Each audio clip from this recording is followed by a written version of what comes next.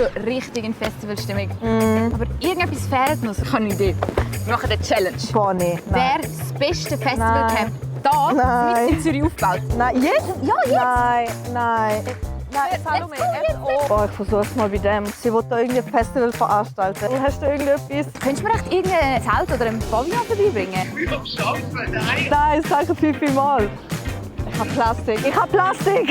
Ich schicke die Location, okay? Oh, der Luca kommt! Geil! Hey, geil! Wir machen das Festivalcamp auf der Becken. Kommen alle. Ja, nimm die ganzen Wege mit. Ja, wird richtig geil. Ich glaube ja nicht. Ich habe mega geile Büchsli. Können wir sie kurz auslernen? Nehmen wir alles mit!